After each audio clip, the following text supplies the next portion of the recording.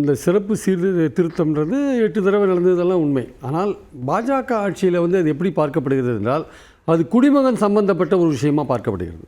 சிட்டிசன்ஷிப்போட link பண்ணுறாங்க. அது ஒரு தனி ப்ரொசீஜர். சிஏ கீழே நீங்கள் தனி ப்ரொசீஜர் இருக்குது. மொத்தம் என்ஆர்சியில் நேஷனல் பாப்புலேஷன் லிஸ்ட்டில் சேர்க்கணுமா, இல்லை என்ஆர்சியில் சேர்க்கணுமான்றதெல்லாம் தனி ப்ரொசீஜர். அதை என்ன பண்ணுறாங்க, இதோடு சேர்க்குறாங்க. அங்கே பீகாரில் என்ன நடந்ததுன்னா, ஒவ்வொரு வாக்காளரையும் அவங்க எப்படி அணுகினாங்கன்னா, அவன் சிட்டிசன் இல்லை அப்படின்ற முறையில் தான் அணுகிறாங்க ஆக்சுவலாக. அப்போ அவன் சிட்டிசன் இல்லைன்னு அணுகும்போது அவன் சிட்டிசனுக்கான டாக்குமெண்ட்ஸ் கொடுக்க வேண்டிய கட்டாயத்துக்கு அவன் தள்ளப்படுறான். அதுதான் பீகாரில். அதுவும் பீகாரில் குறிப்பாக என்னென்னு பார்த்தீங்கன்னா, ஒரு 18% முஸ்லீம்ஸ் இருக்காங்க. அவங்க என்ன நினச்சாங்க, பாஜக ஆட்சியில் நம்மளை எப்போதுமே ஒரு மாதிரி ஓரவஞ்சனையாக தான் நடத்துகிறாங்க, ஸோ நம்ம ஓட்டெல்லாம் பிடிங்கிடுவாங்கன்ற மாதிரியான ஒரு பயம் அவங்களுக்கு இருந்தது. 7.5 கோடி மக்கள், இங்கேயாவது 6.5 கோடி, அங்கே 7.5 கோடி மக்கள், 7 கோடியே 40 லட்சம் மக்கள் பீகாரில். 7 கோடியே 40 லட்சம் வீட்டுக்கும் இந்த பிஎல்ஓ போயிருப்பான்னு நினைக்கிறீங்களா நீங்கள்? நிச்சயமாக கிடையாது. பீகாரில் இருக்கிற என் ஃப்ரெண்ட்ஸ் நிறைய பேர்ட்ட கேட்டேன், அப்படி யாருமே எங்கள் வீட்டுக்கு வரலன்றாங்க.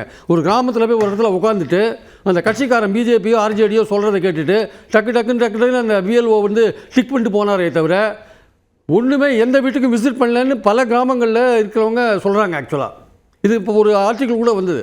பல கிராமங்களில் பிஎல்ஓ விசிட்டே பண்ணல. அங்கே இருக்கிற படிப்பறிவு இல்லாத மக்கள் முதல்ல என்ன தெரியுமா, அங்கே எலெக்ஷன் கமிஷன் பண்ணாங்க, டாக்குமெண்ட்லாம் கொடுக்கணும்னு சொன்னாங்க. அப்புறம் என்ன பண்ணாங்க, திடீர்னு டாக்குமெண்ட் வேண்டான்னாங்க.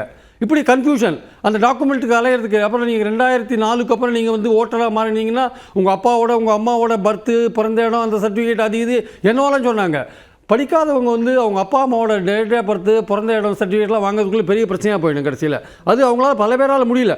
65 லட்சம் பேரை நீங்கள் நீக்கினீங்க. சுப்ரீம் கோர்ட் எவ்வளவோ உங்களை எலெக்ஷன் கமிஷன் போட்டு வளைச்சி கொண்டு பார்த்து ஏதோ பண்ணாங்க. கடைசியில் அவங்களுக்கும் நீங்கள் எலெக்ஷன் கமிஷன் சுப்ரீம் கோர்ட்டுக்கே அல்வா கொடுத்துட்டாங்க. ஆக்சுவலாக கடைசியில் சுப்ரீம் கோர்ட் சொன்ன ஒரு விஷயம் என்னென்னா, அரசியல் சட்டம் 324 படி தேர்தல் கமிஷன் தேர்தல் நடத்துறதுக்கான உரிமையை படைச்சிருக்கு. ஆனால் தேர்தல் கமிஷன் தவறு செய்யுமானால் அதை தட்டி கேட்கிற உரிமை கோர்ட்டுக்கு இருக்குது. அந்த விஆர் கிருஷ்ணய்யர் 77 சொல்லிட்டு போயிருக்கார். தட்டி கேட்குற உரிமை இருக்குது.